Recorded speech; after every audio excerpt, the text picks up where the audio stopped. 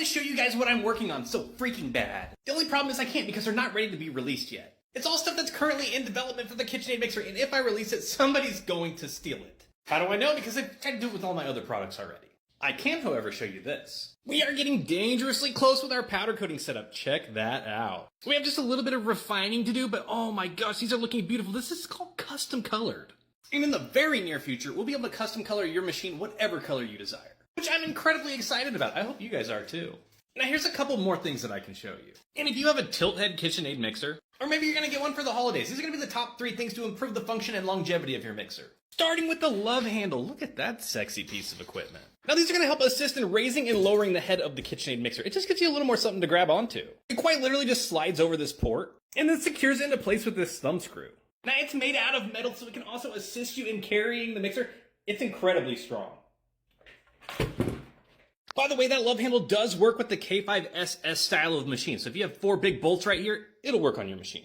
Next is the Everdyne. If you haven't seen this, it's a real game changer. One of the biggest problems with the tilt heads is just the heads bounce up and down like this, which absolutely ravages your machines and causes your paddles to chip like this. But if you tilt the head up and remove this screw right here in the neck, and then slide that screw through the Everdyne just like that, you can then reinstall that screw. You can then lock your bowl into place, put your paddle on, and then drop a dime into the bottom of that bowl. You want to tighten this screw down just far enough that when you lower the head of that mixer and turn it on, it just passes over that dime and gives it just a nice little flick on each rotation.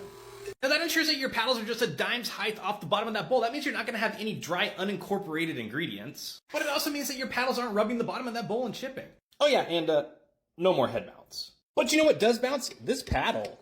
And that's because KitchenAid no longer includes a spring and washer on their machines. And that means while you're mixing, this paddle can just ride up like half an inch, which is not only going to wear out the inner diameter of this paddle, which will cause them to slop around a lot side to side, but also when they're able to move this far up off the bottom of that bowl, that paddle's going to ride that high, meaning you're going to have a lot of unincorporated ingredients. But don't worry, we fixed that issue for you with our quick install spring and washer. Check it out. All you have to do is slide the spring up over the shaft and then split this end kind of like a key ring.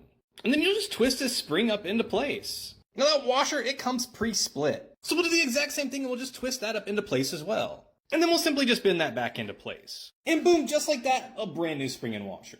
Now this is the first time that all 3 of these things are going to be bundled together. So if you're interested, pick some up in the link below.